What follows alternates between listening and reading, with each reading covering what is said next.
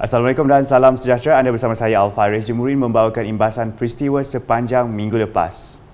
Imbasan mingguan dimulakan mengenai keabsahan sokongan majoriti terhadap Perdana Menteri Datuk Seri Anwar Ibrahim telah terbukti setelah satu usul undi percaya terhadap kepimpinan beliau diluluskan di Dewan Rakyat pada Isnin.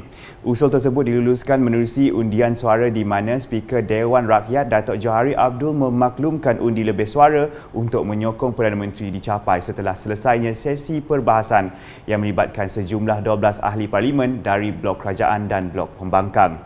Kelulusan usul berkenaan meneruskan hari cemerlang buat Kerajaan Perpaduan Pimpinan Datuk Seri Anwar setelah calon-calon blok kerajaan turut dilantik untuk jawatan Speaker Dewan Rakyat serta timbalan-timbalan Speaker Dewan Rakyat pada awal hari Isnin. Imbasan seterusnya, pelancaran sistem pengangkutan Bandar Kuching KUTS fasa pertama menjadi titik permulaan dalam usaha mentransformasikan sistem pengangkutan awam di Sarawak. Premier Sarawak Datuk Patinggi Tan Sri Dr. Abang Abdul Rahman Zohari Tun Datuk Abang Openg berkata, KUTS merupakan pendekatan kerajaan Sarawak untuk memberikan perkhidmatan pengangkutan awam yang canggih, efisien dan mesra kepada pengguna. Beliau berkata demikian dalam sidang media selepas majlis pelancaran KUTS fasa 1 di Kota Samarahan pada Jumaat. Datuk Patinggi Tan Sri Abang Zohari menambah menerusi KUTS itu juga ia akan memberi perkhidmatan yang baik dan memudahkan orang awam sama ada dari segi mobiliti dan kadar harga.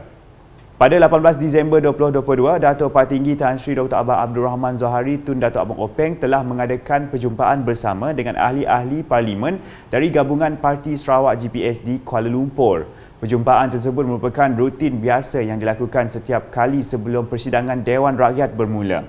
Antara yang hadir, Timbalan Perdana Menteri Datuk Seri Fadilah Yusof, Timbalan Premier Sarawak Datuk Seri Profesor Dr. Sim Kui Hian, Barisan Menteri dan Timbalan Menteri Persekutuan GPS dan ahli-ahli Parlimen GPS.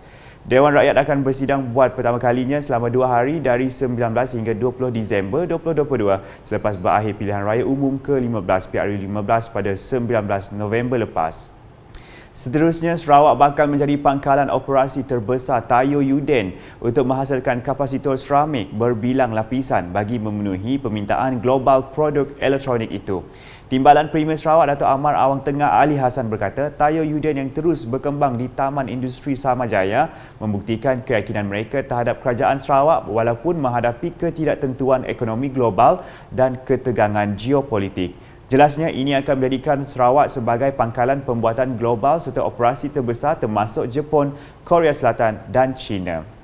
Beliau berkata demikian ketika mengadakan lawatan rasmi ke Jepun dan melakukan pertemuan dengan Presiden dan Ketua Pegawai Eksekutif Tayo Yuden Company Limited, Shoichi Tosaka di Niigata, Jepun pada Rabu.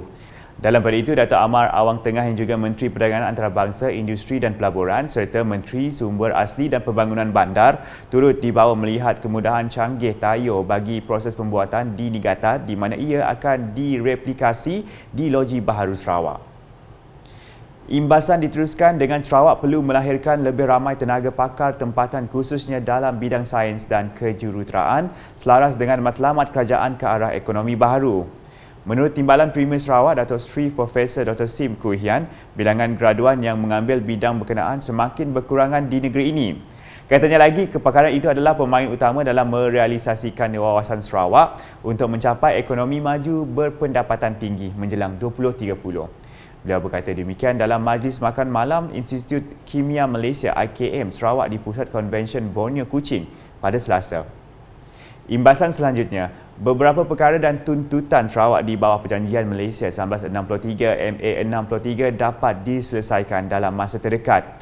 Menurut Timbalan Menteri di Jabatan Premier Sarawak Undang-Undang MA63 dan Hubungan Negeri Persekutuan, Datuk Sharifah Hasidah Said Aman Ghazali, ia merangkumi tuntutan yang tidak memerlukan pindaan kepada Perlembagaan Malaysia. Beliau berkata demikian ketika ditemui media selepas merasmikan persidangan di Wanita Dewan Usahawan Bumiputra Sarawak di UBS 2022 di Kuching pada Khamis. Datuk Sharifah Hasidah juga memberitahu antara perkara yang mungkin dapat diselesaikan dengan segera termasuk tuntutan geran di mana Sarawak sudah mengemukakan formula untuk diguna pakai. Tambahnya lagi, begitu juga dengan wakil dalam Lembaga Hasil Dalam Negeri LHDN yang merupakan antara perkara-perkara yang telah dipersetujui secara prinsip. Saya Al-Faris Jemurin, teruskan kesertaan bersama kami.